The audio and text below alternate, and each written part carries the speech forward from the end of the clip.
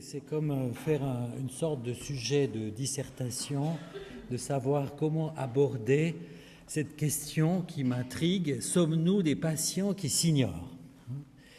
Suis-je un patient qui s'ignore? Qu'est-ce qu'un patient qui s'ignore? Alors, par rapport à ce thème, je l'ai pris effectivement plutôt du côté du normal et du pathologique. Qu'est-ce qui est normal? Qu'est-ce qui est pathologique? Qu'est-ce qui est défini comme normal par un individu? Qu'est-ce qui est défini comme normal ou pathologique par une société?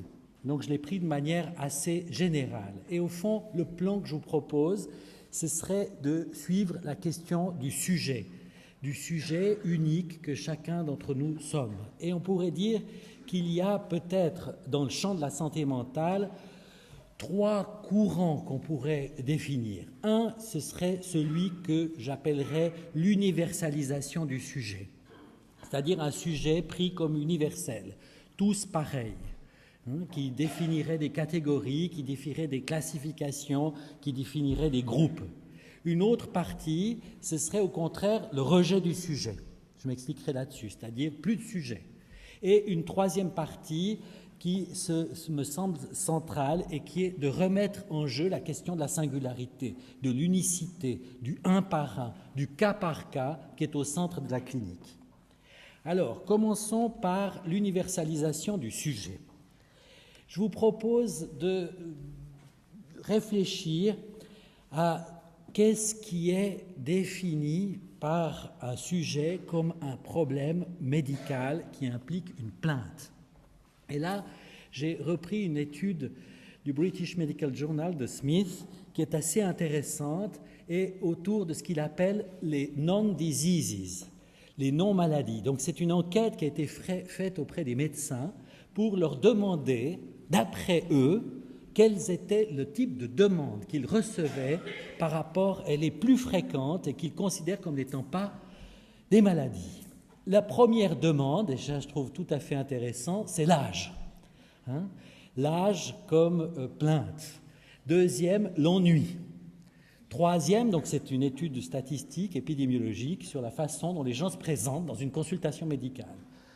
Donc, premier problème, l'âge, je ne sais pas si vous reconnaissez avec ça. Deuxième problème, l'ennui. Troisième problème, les poches sous les yeux. L'ignorance, la calvitie, les taches de rousseur, les grandes oreilles, les cheveux gris, la laideur, le jet lag, la cellulite, l'angoisse sur la taille du pénis, la rage routière, la solitude. Voilà la liste des plaintes anglaises les plus fréquentes. Il y a des troubles qui sont limites. Est-ce que c'est des maladies ou pas? Le syndrome de fatigue chronique, les coliques, l'énurésie, le burn-out, les violences domestiques, les fibromyalgies, la dysphorie périmenstruelle, la procrastination, l'infertilité, les maux de tête sans diagnostic et enfin les bouchons dans les oreilles. Voilà une liste à la Pérec assez étonnante comme un catalogue de souffrances singulières. Et ce que cette étude du British Medical Journal a appelé les non-treatments. Les non-treatments, il y avait la circoncision, l'opération des cloisons nasales, le traitement de la ménopause et le Viagra qui étaient en tête de liste. Donc voilà un petit peu une sorte de périphérie, de descriptif des situations, frontières, limites, où la limite entre le normal et le pathologique est difficile à poser. Et je crois que ça, c'est une question importante, avec une interrogation qui est présente aujourd'hui dans le débat public sur le DSM, la classification américaine des troubles mentaux, et qui est présente d'ailleurs dans des blogs. Vous pouvez vous-même communiquer pour donner votre avis sur le passage de la DSM actuelle à la DSM suivante, avec des lobbies, des groupes de discussion, des groupes de contestation. Est-ce que les Asperger vont rester avec les autistes? Est-ce que les Asperger vont sortir de la classification? Est-ce qu'ils vont être absorbés chez les autistes? Il y a des positions prises par les patients et aussi tout un débat sur une médicalisation de la condition humaine. Je crois que c'est la question qui est effectivement vertigineuse pour le psychiatre et en particulier pour le psychiatre confronté à une demande tout venant, comme celle du médecin que j'ai cité dans le British Medical Journal, c'est-à-dire se dire, est-ce qu'il y a une tendance à une certaine médicalisation du malaise propre à la condition humaine. Les DSM n'ont pas arrêté d'augmenter de catégorie, la DSM 280, DSM 3R 292, DSM 4 350, donc le poids aussi augmente, les nombres de pages, les descriptions, les critères augmentent, et que là, les psychiatres eux-mêmes sont pris d'un certain vertige. D'ailleurs, on pourrait dire qu'il y a une sorte de syndrome particulier à ajouter, qui est le point de vertige et d'autocritique des anciens responsables des DSM. Chaque responsable du DSM fait finalement une sorte d'autocritique. Anderson l'avait fait par rapport à la DSM-3R, et nous, là, actuellement, si vous suivez dans les débats autour de la DSM, vous verrez que Alan Francis, qui a eu un rôle central dans la DSM-4, lui-même fait une critique potentielle de ce qui va suivre et dénonce justement ce qu'il appelle lui-même, alors qu'il a été à la base de ce mouvement. Je trouve que c'est quelque chose qui peut vraiment nous interroger, critique cette tendance-là. Il discute différents troubles que j'ai mis ici, mais en particulier pour ce qui intéresserait le pédopsychiatre, la médicalisation de la colère fait l'objet pour lui d'un débat important, ou la médicalisation du deuil. Donc des frontières difficiles par le fait qu'on passe progressivement de classifications catégorielles à des classifications dimensionnelles, c'est-à-dire au lieu d'imaginer des entités avec un point de vue différentiel, il y a une dimension dimensionnelle, c'est-à-dire qu'on ne sait pas forcément où poser le curseur entre le normal et le pathologique. À la base de la DSM, il y a toute une réflexion passionnante de logiciens, l'empirisme logique, à la Karl Hempel, qui avait, lui, donné, au fond, les fondements d'un abord logique de la classification. Qu'est-ce qui est nommable, qu'est-ce qu'on peut nommer, qu'est-ce qu'on peut différencier, où est-ce qu'on fait passer la différence. Ou alors vous avez à l'opposé des critiques des fois virulentes, comme celle de Christopher Lane, qui au fond parle de désir de standardisation massive par rapport à la DSM, et en particulier sur le destin et l'exploitation de nos émotions à d'autres fins. Finalement, ce que Michel Foucault avait pu dire dans les années 73, Michel Foucault avait écrit un article qui, au fond, à l'époque, était difficile à lire, à pressentir, qui s'appelle « Le monde est un grand asile ». C'est-à-dire qu'il a voulu montrer qu'il y avait une tendance dans la façon de penser le savoir et l'architecture des savoirs, une tendance progressive à une médicalisation du mal-vivre, comme d'ailleurs certains le disent, dont Samuel Beckett, dont vous avez ici un magnifique portrait, et qui vous annonce, enfin j'espère que cette conférence ne va pas vous faire un syndrome dépressif aigu, vous êtes sur Terre, c'est sans remède. Bon, il faut dire que Beckett avait un tout petit peu plus d'optimisme, parce qu'il disait « Nous naissons tous fous, certains le demeurent ».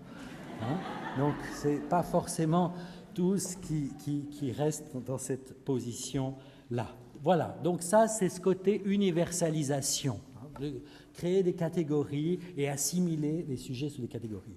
Une autre dimension qui est aussi présente et qui est à l'opposé, parce qu'au fond, de dire nous sommes-nous des patients qui s'ignorent, une autre dimension, c'est celle du rejet du sujet. Alors, je pense qu'aujourd'hui, et j'en parlerai dans la troisième partie, il y a un lien très important entre neurosciences et clinique, entre neurosciences et psychanalyse, entre neurosciences et psychiatrie.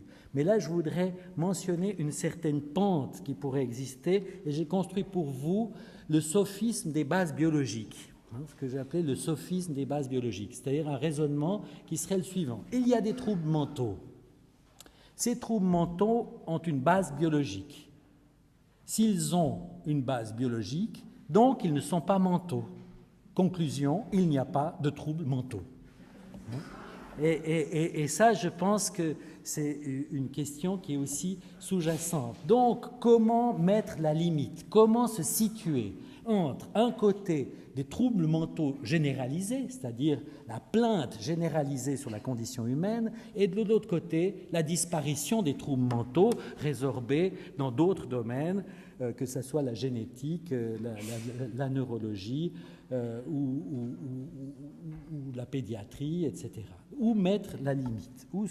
Comment penser cette question? Je crois qu'une dimension qui pourrait nous permettre de discuter ce point de vue serait d'introduire une dialectique. On peut dire que pour toute maladie, il y a en particulier mentale, et là j'emprunte ces catégories à Canguilhem, un épistémologue, il y a le modèle ontologique. Le modèle ontologique est localisationniste. On dit on isole un processus défectueux. Il y a une altérité de la maladie par rapport au sujet. Et à ce moment-là, comme dans une maladie somatique, si vous avez une maladie, vous examinez, il y a une altérité, vous traitez la maladie ou bien vous trouvez le moyen de vivre avec la maladie. C'est une altérité fondamentale de la maladie et du sujet dans le modèle ontologique qui est en fond le modèle médical classique. On souffre de quelque chose qui nous fait souffrir et qui est là comme un processus isolable. L'autre dimension, c'est ce qu'on peut appeler le modèle dynamique. Le modèle dynamique, c'est une vision globalisante, c'est-à-dire de dire finalement le trouble mental, c'est un avatar du fonctionnement psychique. C'est-à-dire qu'on ne peut pas dissocier la maladie et le sujet. Ils sont indissociables. Et on ne peut pas soigner indépendamment le sujet et la maladie. Au fond, cette opposition entre le modèle ontologique et le modèle dynamique, elle est présente à propos de tous les troubles mentaux. C'est-à-dire elle est présente à propos de l'autisme de manière très très forte, elle est présente autour de la schizophrénie, elle est présente aussi autour même des maladies génétiques qui touchent le neurodéveloppement de l'enfant. Et je vous dirais que comme pédopsychiatre, qu'un enfant soit atteint dans son organisme et dans son développement ne préjuge pas, ne dit pas quel sujet va s'en déduire. La question de la singularité, de l'unicité est présente, que ce soit chez les trisomiques, chez des enfants X fragiles, chez des enfants qui ont des troubles avérés, un modèle ontologique, la question dynamique reste toujours présente. Cette opposition était d'ailleurs celle qui existe dans l'histoire de la philosophie autour de la folie, dans la conception hégélienne par rapport à la conception kantienne de la maladie mentale.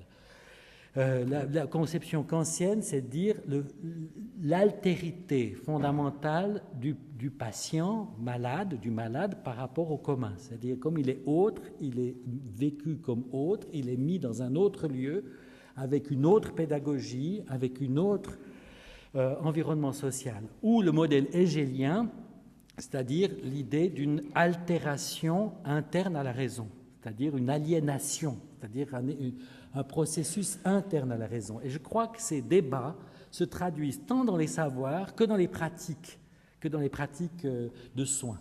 Donc, un modèle ontologique qui aurait une pente vers le rejet du sujet, évidemment c'est pour penser que je mets ça comme des repères, et le modèle dynamique centré sur le sujet. Alors, au fond, cette question du sujet, j'aimerais l'introduire pour terminer, c'est-à-dire de dire peut-être que par rapport à cette opposition entre l'universalisation versus le rejet, on pourrait se demander si aujourd'hui on peut retrouver une clinique centrée sur le sujet, c'est-à-dire sur la singularité, sur l'unicité, et qu'au-delà des débats sur la détermination psychique propre à la psychopathologie, la détermination biologique propre au développement contemporain des neurosciences et de la génétique, la détermination sociale qui a occupé aussi une grande place, de se dire qu'on devrait plutôt suivre les repères du sujet, de la singularité en tant que telle, et au fond de considérer chaque sujet comme une exception. Ce serait une éthique clinique et une éthique psychopathologique, une éthique pour la psychiatrie, d'être un lieu qui peut accueillir la singularité en tant que telle. Ça veut dire la singularité, la vulnérabilité, dont c'était déjà été discuté ici, et la notion de trajectoire individuelle qui nous occupe beaucoup au département de psychiatrie, c'est-à-dire de dire qu'il y a des moments cruciaux, et pour un pédopsychiatre c'est très important, des moments cruciaux périnataux, prénataux, dans l'âge précoce, qui peuvent décider d'une trajectoire particulière. On s'est beaucoup penché dans le département de psychiatrie autour des travaux de Lupien et d'autres sur l'idée de la vulnérabilité à travers des phases de transition de la vie. Il y a des périodes dans le prénatal, dans le postnatal, dans l'adolescence, dans l'adulte, dans le passage à l'âge avancé, où se jouent des périodes carrefour et que le concept de vulnérabilité individuelle acquise à travers le développement nous relie dans le département universitaire de psychiatrie entre les différents spécialistes des différents âges ou des différentes pathologies, et que la notion de trajectoire individuelle est importante. À partir de là, on a vraiment une question sur le normal et le pathologique, parce que si on se dit qu'il y a cette variation et ces moments clés, des périodes charnières, des moments cruciaux comme ceux indiqués dans ce schéma, effectivement, on peut se dire, est-ce que c'est une variation quantitative, c'est-à-dire que par rapport à une courbe de Gauss, on va dire il y a le normal et le pathologique et on place le curseur à un certain point, ou est-ce qu'on va dire que dès la petite enfance, peut-être dès la période néonatale, en fonction des traumatismes vécus, en fonction de crises développementales, eh bien, le sujet va suivre un trajet particulier et à ce moment-là, on aurait une différenciation qualitative entre le normal et le pathologique. Alors, il y a une dimension dont j'aimerais juste mentionner qui m'a beaucoup retenu dans ma collaboration avec Pierre Magistretti entre neurosciences et psychanalyse, c'est la question de la plasticité. J'aimerais juste vous donner 3 petits paradoxes autour de la plasticité par rapport à la question du sujet. La plasticité a effectivement été une hypothèse chez Freud, chez Ramon y Cajal, le grand anatomiste, chez Hebb, c'est-à-dire l'idée que l'expérience laisse une trace dans le réseau neuronal. Le réseau neuronal peut être modifié par l'expérience, variation du nombre de synapses, variation de l'efficacité synaptique, réarrangement structurel. Le premier paradoxe de la plasticité, si on admet l'idée que l'expérience laisse une trace, c'est-à-dire qu'à ce moment-là, on est vraiment dans l'idée de trajectoire individuelle et de singularité, on peut dire qu'on a des mécanismes universaux et répétitifs que étudie la neurobiologie, mais qui aboutit à produire chaque fois de l'unique et du différent. Et à partir de là, on a un changement de paradigme qui me semble important et qu'on est aujourd'hui en train de vivre en psychiatrie dans le rapport aux neurosciences, c'est qu'à une époque, on opposait classiquement la causalité psychique et la causalité organique comme 2 lignes de causalité opposées, et que la plasticité nous amène à concevoir une causalité psychique qui peut aussi modifier l'organisation du réseau neuronal et au font que les neurosciences et la clinique se rencontrent autour de la question incontournable de la singularité.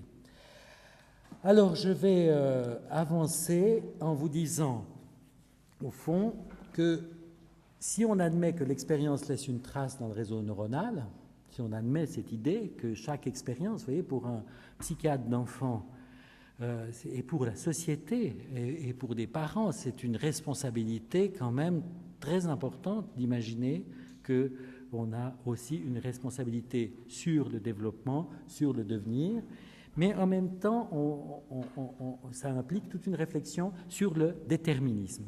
Si on se dit qu'une expérience 1 trouve le cerveau dans un état et produit une action A, pour prendre un modèle extrêmement simple, elle s'inscrit dans le réseau neuronal.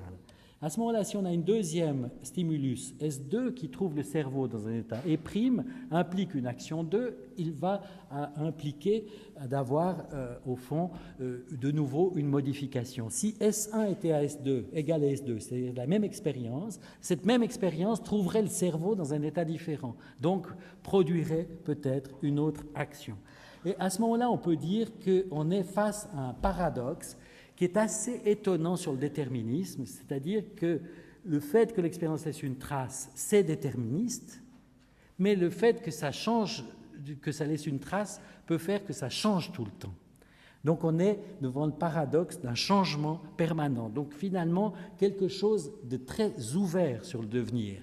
Une façon de le dire, c'est qu'on serait biologiquement déterminé pour ne pas être complètement biologiquement déterminé. On serait génétiquement déterminé pour ne pas l'être. On serait biologiquement déterminé pour être libre. Et que là, il y a une dimension tout à fait importante. Donc, pour conclure, entre un état du cerveau et un état psychique, par la plasticité, il y a une discontinuité. Mon psy a disparu à droite, mais ça ne fait rien.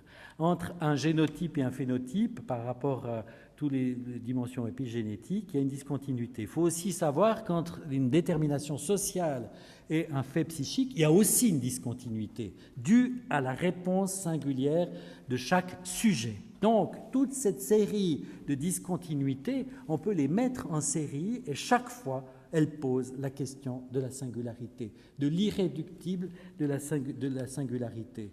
Et c'est important de le savoir parce que parfois on fait des raisonnements critiques sur les bases neuronales, critiques sur les bases génétiques, et on fait moins ces raisonnements critiques sur les bases psychiques, familiales, environnementales de l'enfant. Il faut savoir qu'entre une détermination environnementale et le devenir de l'enfant, il y a aussi une discontinuité due à une possible réponse de l'enfant, une possible réponse du sujet dont il s'agit de tenir compte. Chaque sujet a une capacité d'invention, de solution par rapport au problème qui lui est posé, et que ce soit des facteurs génétiques ou des facteurs d'environnement, pour moi, la question de la réponse, la réponse, c'est aussi la responsabilité. J'aime bien ce mot « réponse », parce que réponse, c'est la responsabilité de chacun. On peut dire que chaque sujet est responsable de son devenir, à lui d'inventer son devenir. Et donc, on devrait mettre en dialectique le devenir et le développement. Il y a une dimension déterminée dans le développement, de continuité, de gènes, de circuits neuronaux, de comportements, voire des dimensions instinctives. Parfois, derrière la question du développement, on oublie la question du devenir. Le devenir qui est lié à la plasticité, lié au changement permanent, lié à la discontinuité, à la singularité, et au fond qui a une dimension non déterminée. Là aussi, une dialectique entre ce qui est déterminé et ce qui est non déterminé dans le devenir, avec une certaine imprédictibilité du devenir. Ça, c'est très important, et je terminerai là-dessus. Comme pédopsychiatre, puisque vous avez mis une touche sur la prévention, on est des praticiens du devenir et des praticiens de la prédiction. On s'appuie sur une certaine prédiction. En même temps, il ne faut pas qu'on soit les corbeaux noirs du déterminisme qui tourneraient autour du berceau des enfants pour leur prédire le pire. On doit être aussi attentif à ce que l'enfant peut créer, ou les parents aussi bien, comme solution. Et là, je pense qu'il y a tout le problème de l'illusion rétrospective. On pourrait se dire, le risque du psychanalyste même, ou du psychologue, ou du pédopsychiatre, c'est d'être un spécialiste de la prédiction du passé. C'est-à-dire qu'il va mettre en rapport, dans une relation de continuité, de façon rétroactive, un événement avec un autre événement sur la base d'une illusion déterministe par la reconstruction rétroactive. Si on se dit qu'au temps 1, un événement peut avoir lieu ou pas, un traumatisme, une rencontre, cet événement peut avoir lieu ou pas, c'est une pure contingence. Ensuite, si l'événement a eu lieu, il sera toujours vrai qu'il a eu lieu. C'est-à-dire qu'on ne peut pas l'effacer. Il devient une nécessité. Et ça, je crois que dans le raisonnement clinique, c'est un point très important sur le devenir des enfants. Parce que quelque chose de contingent devient quelque chose de nécessaire par effet de rétroaction. Et là, on a le risque de beaucoup de raisonnements fondés sur des raisonnements rétrospectifs qui peuvent devenir des pièges de causalité, peut-être quelque chose comme un effet Pygmalion, qui peut être très important, puisque nous disions ça en marge de la préparation, qui peut devenir très important dans la pédopsychiatrie, en particulier à travers tout un savoir construit qui, au fond, deviendrait prédictif sans laisser la place à l'imprédictibilité du devenir. Donc, le déterminisme, c'est une dimension qui est importante, et qu'on doit avoir une position pour la prévention du développement des troubles mentaux. Le déterminisme est pris dans une logique de la cause, alors que, au fond, on devrait, à côté de la logique de la cause, s'ouvrir à une logique de la réponse. Par rapport à un enfant soumis à une situation très lourde, je pense que ce qu'il faut transmettre dans la formation du pédopsychiatre et du clinicien, c'est l'attention très fine de ce clinicien à la réponse toujours unique, toujours singulière, imprévisible de l'enfant ou de ses parents. Et je terminerai juste pour dire que tout cela implique un certain retour à la clinique au sein de la pratique psychiatrique, c'est-à-dire retour à la clinique comme l'expérience de la singularité en tant que telle, l'accès à la singularité, pas une singularité obscurantiste, une singularité prise dans la dialectique de l'un et du multiple, mais où on est attentif au fait que notre savoir doit être remis en question par chaque patient. Je terminerai là-dessus.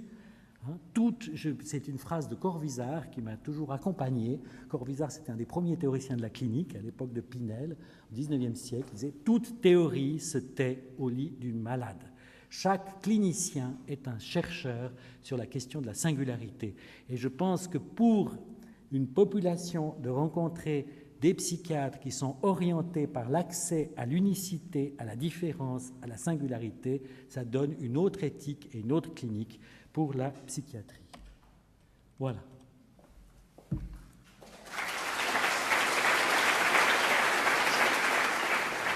Après cet exposé de François Sermet, riche en références qui vont de Jean-Jacques Rousseau à Bederheim, et étant sur cette vallée des larmes et étant sans remède par rapport à ceci, je vais orienter mon exposé sur la prévention, un sujet qui a été déjà abordé. Et peut-être François Sermet a dressé un tableau autour d'une réflexion autour de la psychiatrie. Je vais essayer de parler d'une évolution et d'une histoire, vous raconter une histoire. Comment, par rapport à trois instantanés qui concernent des pathologies phares, la psychiatrie a connu une mutation culturelle qui nous a amené une grande richesse, mais aussi des interrogations et des impasses. J'ai intitulé mon exposé « Entre incertitude et désillusion, une question de culture », parce que je pense que la question de la prévention au niveau de la santé mentale est essentiellement une question de culture d'une société. Alors, on va parler de cette mutation conceptuelle. On va prendre trois exemples, deux qui concernent plus spécifiquement le domaine de la personne âgée, et puis un autre pour les sujets très jeunes. On va parler de comment les concepts ont évolué pour la maladie d'Alzheimer. Vous entendez parler très fréquemment dans les médias. Comment on a passé de la maladie d'Alzheimer au trouble cognitif isolé. Comment on a passé de la dépression majeure à tout ce bruit autour de la dépression sous-syndromique. Comment on a passé de la schizophrénie à ses prodromes. Comment finalement on a essayé progressivement d'abaisser la barre et d'étudier ce que dans le passé on considérait comme normal et où ça nous a amené. Je vais terminer avec certaines interrogations qui sont des interrogations de nature éthique qui, me semble-t-il, les sociétés occidentales doivent se poser aujourd'hui et probablement à l'aube des changements qui vont venir pour les 20 ans à venir. Alors, retour au passé, entre deux siècles, à un moment fondateur de la psychiatrie moderne, entre le 19e et le 20e siècle, avec trois instantanés. 1899, Kraepelin qui décrit la dichotomie entre démence précoce et folie maniaco-dépressive. 1907, Alzheimer décrit un cas, le cas Auguste D, une femme qui était hospitalisée pour un délire de jalousie, et c'est à ce niveau-là qu'il décrit pour la première fois les lésions de type Alzheimer. Et en 1911, Bleuler, qu'on connaît bien en Suisse, qui a dit cette phrase « Je ne vais pas concevoir des prodromes », vous allez voir le chemin qu'on a fait depuis, ce que l'on observe sont les premiers symptômes que l'on n'arrive pas à interpréter, qui était une position extraordinairement forte, une position de rupture très claire entre le normal et le pathologique. Autrement dit, il y a du blanc, il y a du noir. Si vous voyez du gris, il s'agit d'un noir qui s'ignore. Alors, où est-ce qu'on est 2 siècles plus tard? Enfin, plutôt 1 siècle plus tard, au début du XXIe siècle. Le concept de la maladie d'Alzheimer a cédé sa place de plus en plus aux troubles cognitifs isolés, et même ce concept-là a passé de l'espoir de l'assez tôt à la désillusion du trop tard. Je vais revenir sur ce point.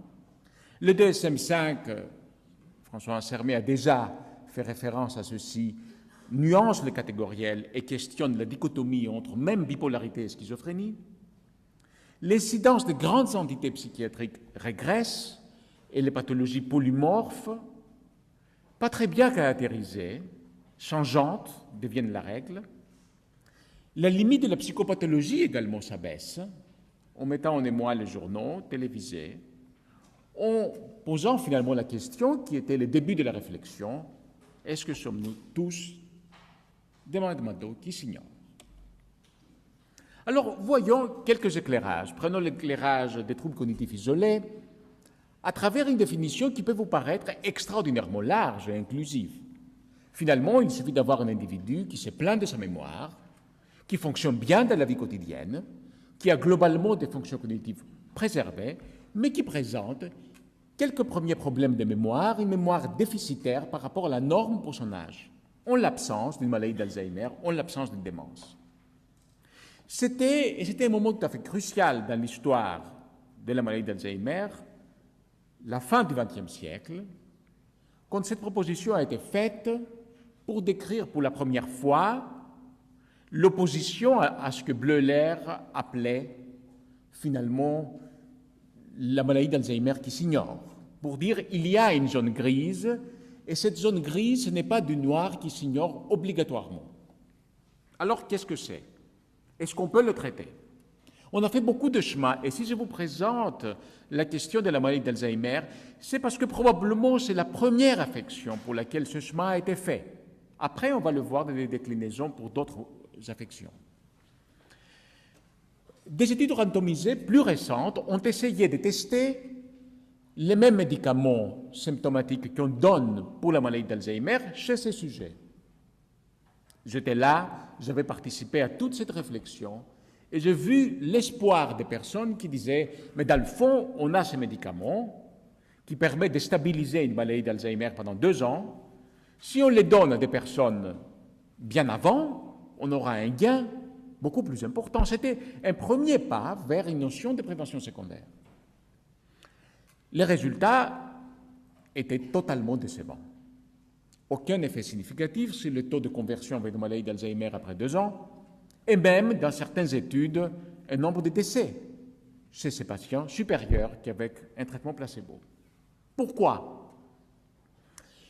Pour une raison qu'on aurait pu imaginer, mais qu'on n'avait pas imaginée, c'est-à-dire que les sujets font eux-mêmes ce qu'on essayait de leur faire faire. L'organisme se défend de lui-même. Les sujets compensaient en utilisant les mêmes mécanismes que les médicaments qu'on leur proposait. Donc finalement, on essayait de presser sur l'accélérateur d'une machine qui fonctionnait déjà à fond, sans aucun résultat. Vous voyez que ça, ce n'est pas une histoire lointaine. Entre la description de cette entité et les tests cliniques, 5 à 6 ans. Alors, quelle est l'évolution vers la maladie d'Alzheimer? Est-ce que tous ces gens vont vers une maladie d'Alzheimer? Et là, je vais ouvrir une piste sur la notion de la vulnérabilité individuelle. Vous voyez que non, dans le fond. Vous voyez que les pourcentages sont très changeants. Mais dans une perspective de vie, avec des différences qui vont de 6 à 25% par an, vous pouvez avoir des individus qui évoluent de ce groupe vers une maladie d'Alzheimer, mais pas tous. On considère que globalement, un tiers de ces personnes va rester totalement stable. Et il y a certains qui vont évoluer, et il y a certains qui vont développer la maladie d'Alzheimer. Mais sont qui ces personnes? Parce que finalement, quand on parle de prévention, on parle d'un public cible. Alors on a essayé de dire, on va utiliser la biologie, la référence à ce que François Ansermet vous a fait, la biologie pour pouvoir suivre des individus et dire, voilà, cet individu est un individu à risque. On va voir après ce que ça veut dire pour une société de dire qu'un individu est un individu à risque. Vous voyez ici l'évolution du même individu, ça c'est la trajectoire individuelle, de 1993 à 2003. Le passage du normal aux troubles cognitifs isolés et à la maladie d'Alzheimer en l'espace de 10 ans. Sans entrer dans le détail, la formation qui est la formation hippocampique en couleur diminue de volume assez clairement en l'espace de 10 ans. Même chose, même constatation, si vous prenez le fonctionnement cérébral avec le métabolisme. Les zones qui sont des zones en vert, c'était des zones où on avait un métabolisme vert jaune qui était bon, et progressivement, de 1989 à 1998, ce métabolisme diminue de manière massive chez les mêmes individus. C'est une trajectoire individuelle.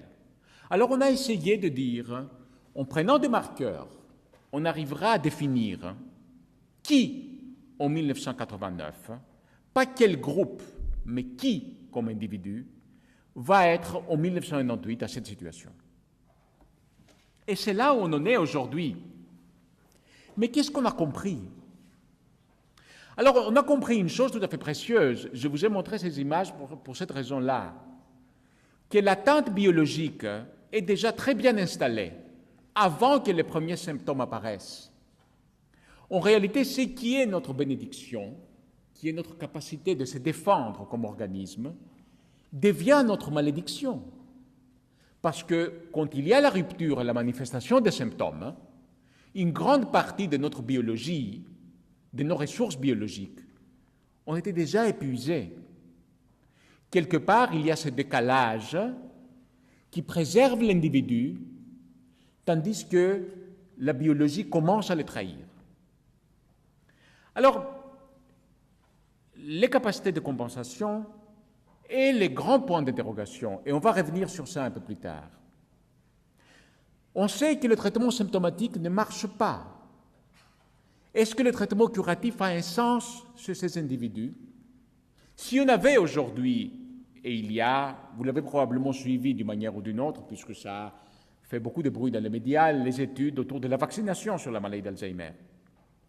Si on avait un traitement curatif efficace, un traitement causal, si on l'administrait à des personnes qui ont des troubles cognitifs isolés, est-ce qu'on aurait un bon résultat? Rien n'est moins sûr, parce que ces personnes ont déjà subi des dégâts sur le plan biologique très importants. Alors que faire? S'occuper des individus sains? Aller tout azimut? Essayer de voir qui peut devenir malade? Deuxième exemple, moins avancé que la maladie d'Alzheimer, mais plus avancé que d'autres affections psychiatriques.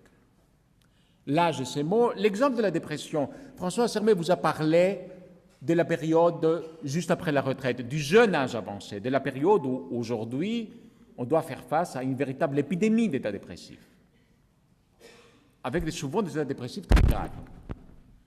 Alors, évidemment, on a ce même problème, qui est un problème épistémologique si on le considère un. C'est-à-dire que la dépression, ce type de dépression n'a pas une définition anatomique, physiologique ou moléculaire, n'a pas une épistémologie de la causalité.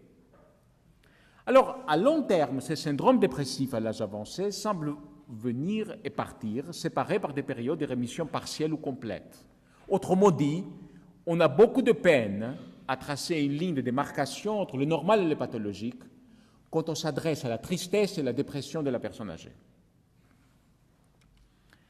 Alors, commençons par tout le début qui est le vague à l'âme. Quelques chiffres. 20 à 27% des personnes âgées, et là dans des études de la communauté également, rapportent des symptômes chroniques qui n'atteignent pas le seuil de la dépression majeure, qui n'atteignent pas les critères qu'on avait fixés dans le passé pour caractériser une dépression. Un quart de la population. Fatigue, perte d'envie, diminution de la libido, sentiment d'inutilité fluctuant. Alors, évidemment, cette prévalence peut arriver jusqu'à 35% quand vous parlez des individus qui ont des problèmes physiques.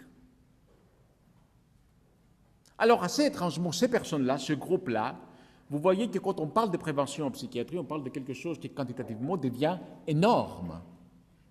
C'est un quart d'une population qui sera le un quart des sociétés occidentales dans 10 à 15 ans. Alors, cette population-là est exposée à un risque suicidaire accru, sans autre déterminant. On ne sait pas très bien pourquoi.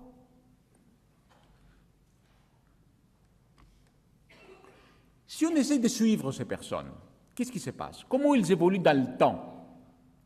Si vous avez une dépression majeure classique, celle qu'on connaît dans les diagnostics habituels de psychiatrie, vous avez 50 fois plus de chances qu'un sujet contrôle d'aller vers une dépression majeure dans un an. Dans une dépression mineure, aussi bien caractérisée dans les diagnostics qu'on a à disposition en psychiatrie, 12 fois plus de risque qu'un individu de la communauté. Pour ces symptômes bâtards, vous avez 6 fois plus de risque qu'un individu normal de développer une dépression en un an. 6 fois plus. Cependant, quand on essaye d'étudier de plus près, il nous faut soigner 6 de ces personnes pour arriver à éviter une dépression majeure. Autrement dit, abaisser le seuil, devenir très inclusif, implique un coût très important. En plus, 20% de ces personnes présentent des symptômes qui régressent spontanément, sans qu'on fasse rien du tout. Alors, troisième éclairage, plus récent, mais même trend, la schizophrénie et ses prodromes. Alors, une affection qui touche, classiquement a été considérée toucher environ 1% de la population. La question des prodromes, si je vous les mets là, c'est pour vous montrer que c'est une ancienne réflexion. Déjà en 1958, en utilisant ce terme d'une langue que je connais bien, le tréma, qui signifie en grec le tremblement, Conrad a essayé de décrire ces individus qui sont à risque de solitaires, anxieux, avec des réactions imprévisibles. Même chose plus tard, en 1965, une population de rêveurs, de jeunes, adolescents et post-adolescents, rêveurs, ancrage difficile au monde environnant, tendance au repli. Ces personnes qui devraient être considérées à risque pour développer une schizophrénie. En 1989, vous voyez là que la définition devient beaucoup plus hermétique, beaucoup plus complexe. Un déficit d'intégration neuronale lié à une sélectivité du signal synaptique. Je souligne ici comment tout d'un coup la biologie est entrée dans notre vie, dans nos définitions.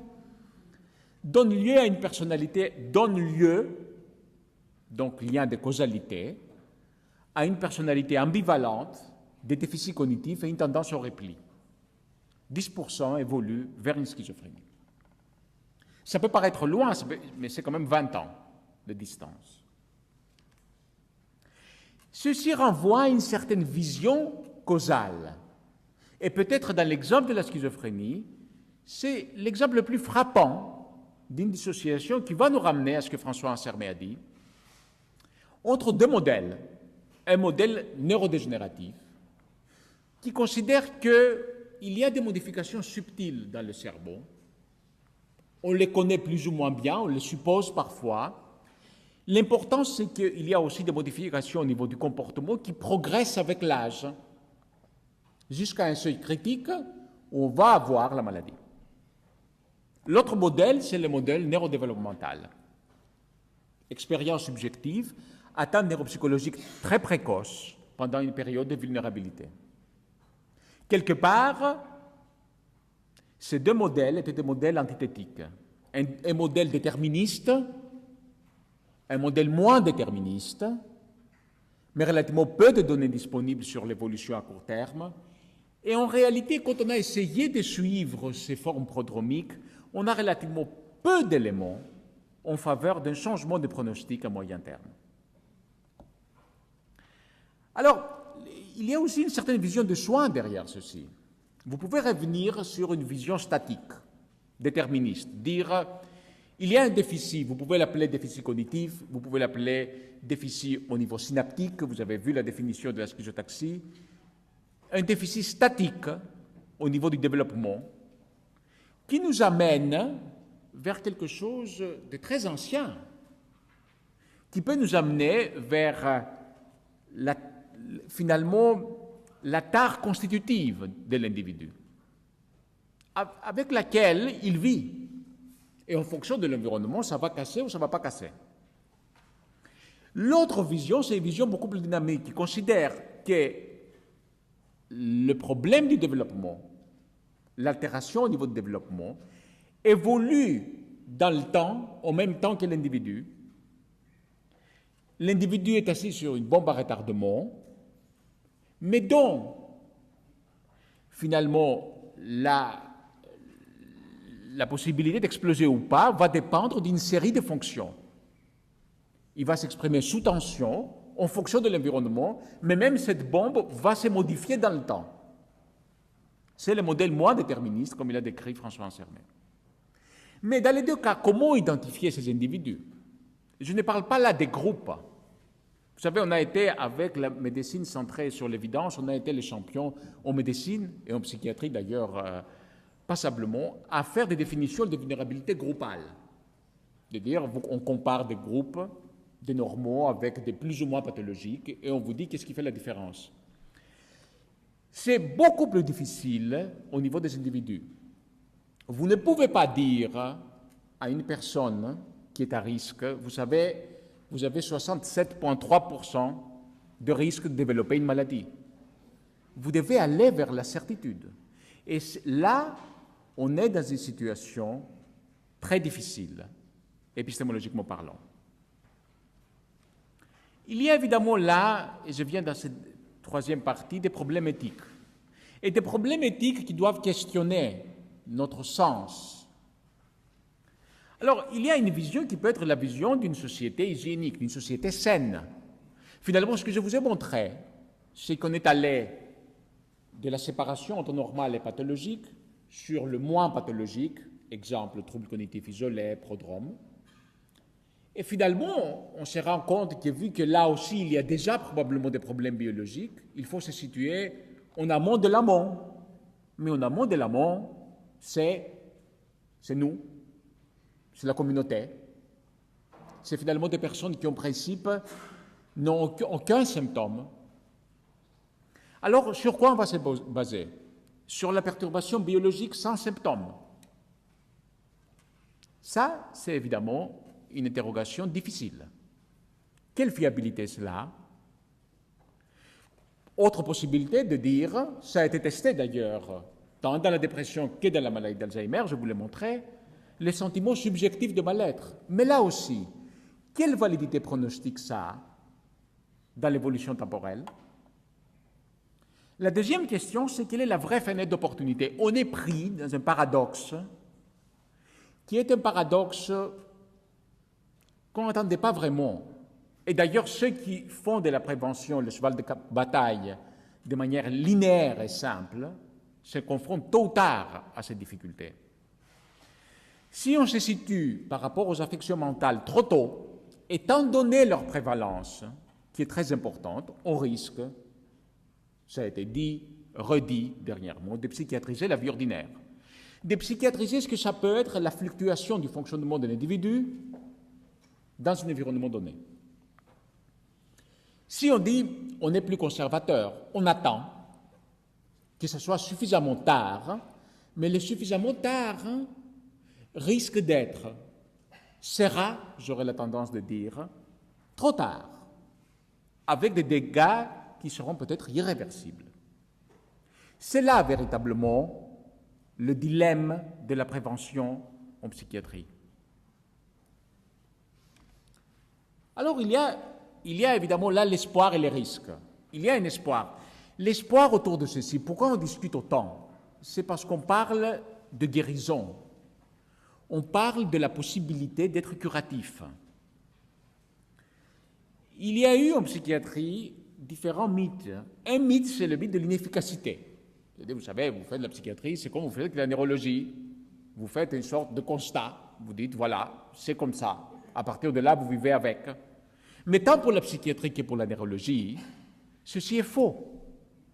Pour la psychiatrie, ceci est totalement faux. Il y a une efficacité des traitements qui sont donnés, qui ne sont pas des traitements curatifs. Il y a un autre élément qui est le poids de la chronicité, qui angoisse beaucoup. Vous savez, dans la plupart des études derrière moi, on voit que l'incidence, les nouveaux cas pour les pathologies de l'asile, pour les pathologies anciennes de l'asile, comme la schizophrénie, les nouveaux cas baissent. Mais la prévalence, le nombre de cas dans la communauté change très peu, parce que les affections psychiatriques sont pour la plupart des affections qui témoignent d'une vulnérabilité chronique. Et ceci fait peur. Puis il y a un troisième élément. Et le troisième élément, c'est peut-être le plus robuste, c'est le reste de cette pensée magique qui nous accompagnera toujours. C'est ce rêve d'avoir une prise directe sur l'organe qui nous domine, qui est notre cerveau. Alors George Sand disait, on se donne bien de la peine et on s'impose bien des privations pour guérir le corps, on peut bien, je pense, en faire autant pour guérir l'âme. Mais évidemment, vous pouvez voir le verre autrement. Vous allez du côté des risques, d'un monde qui évolue d'Orwell vers Huxley, avec l'hégémonie de la normalité biologique et développementale, avec finalement, à travers tous les efforts de compréhension sur la causalité, la genèse d'une nouvelle stigmatisation. Et la psychiatrie a payé un tribut extraordinairement lourd à une stigmatisation, mais qui est une stigmatisation old-fashioned. Donc quand on parle aujourd'hui de la stigmatisation comme on l'avait connue il y a 20 ans, on parle véritablement de quelque chose qui est totalement moribond. Ce n'est pas de là qu'il s'agit. Il s'agit beaucoup plus du risque d'une stigmatisation à travers l'utilisation du terme de vulnérabilité. Il y a évidemment le risque d'instrumentalisation. Imaginez un monde où on pourrait avoir accès à une banque de marqueurs qui pourrait caractériser la vulnérabilité individuelle, la caractériser bien, et qui pourrait vous dire, mais cet individu-là, d'ici 10 ans, 15 ans, va présenter une série de symptômes. Vous le savez là, maintenant. Vous le savez qu'un individu à 25 ans, quand il va avoir son premier poste de travail. Quelle décision vous prenez en sachant ceci? Si vous êtes l'employeur, quel est le risque d'instrumentalisation? Ce n'est pas la certitude de l'instrumentalisation, c'est le risque. Et donc, évidemment, en même temps, vous pouvez dire, mais je ne vais pas fermer les yeux face à ça, parce que ce serait faire l'apologie de l'obscurantisme. Le quatrième élément, c'est la banalisation de la souffrance psychique. La tendance de dire, mais dans le fond, ce qui est prodromique, ce qui est avéré, est à peu près la même chose. Alors, il est probable que personne n'a écrit, parmi les philosophes des 2 derniers siècles, de manière si aiguë sur la santé mentale. Il était concerné au premier plan. Frédéric Nietzsche qui disait que la connaissance va se venger de nous au XXIe siècle, comme l'ignorance au Moyen Âge. Et c'est du côté des risques. Alors, quelle conclusion on pourrait tirer de ces survols d'une évolution intramuros? Avec François Anserbet, vous avez vu l'évolution des concepts extramuros. La psychiatrie a longtemps bénéficié d'un double apport. Le premier apport, c'est celui qui a fermé les asiles ou qui les a redimensionnés, qui sont les traitements de substitution pharmacologique. Alors, on peut pester contre, et d'ailleurs, il faut bien avouer qu'on vit peut-être le début de période de leur crépuscule. On vit dans une période qui, au niveau de la nouveauté, au niveau de la créativité, les traitements substitutifs ne pourront pas probablement nous amener grand-chose. Mais sont des traitements de substitution. Et il y avait un autre facteur, un facteur sur lequel la vision était très différente, était très polémique, elle était très idéologique, qui était la psychothérapie. Alors, qui a été vécue très longtemps comme marginale dans une optique de médecine centrée sur l'évidence, jusqu'au moment où on a pu prouver très clairement son efficacité. Mais l'objectif de la psychothérapie sur un plan épistémologique n'est pas de changer la maladie, n'est pas d'être curatif dans le sens du modèle déterministe qui vous a été proposé, dans le sens du modèle ontologique, mais beaucoup plus d'aider l'individu à faire face. Et là, on revient sur la question des compensations. L'identification de symptômes précoces ne change pas nécessairement le pronostic des patients, ne suffit pas et pourrait ne pas être associée à une meilleure performance de traitement substitutif. Je pense qu'on sait l'heure et on a les premiers indices en croyant qu'il suffira de trouver des cas précoces, des cas avec le début de symptômes, pour que notre traitement marche mieux. C'est sous-estimer ce que l'organisme est capable de faire. Alors, une prévention efficace, parce qu'on ne peut pas faire l'économie de cette réflexion sur la santé mentale, nécessite un regard pluriel, nécessite un regard qui intègre différents facteurs. Oui, se tourner vers la normalité, comprendre mieux la normalité, ce sera nécessaire. En réalité, ce sera nécessaire. Alors, ça peut paraître absurde, mais ce qui sera nécessaire, c'est de comprendre le pourquoi on ne décompense pas, pourquoi on ne devient pas malade. Qu'est-ce qui nous protège? Un deuxième élément, si on imagine de trouver, et je pense que dans les 10 ans à venir, il y aura des énormes progrès qui vont être faits dans ce domaine, des marqueurs de vulnérabilité individuelle pour les individus, pour les différentes personnes. Il faut être capable d'avoir des approches curatives à proposer et ou renforcer les mécanismes de compensation de notre organisme. L'identification des marqueurs de vulnérabilité, si elle est déliée de la possibilité d'être curatif ou de la possibilité, à mon sens beaucoup plus réaliste, de développer des stratégies pour renforcer les mécanismes de compensation de l'organisme, finalement, quelque part, on revient par des chemins tout à fait inespérés à la médecine chinoise. Si on sépare les deux choses, là, on pourrait avoir un vrai problème.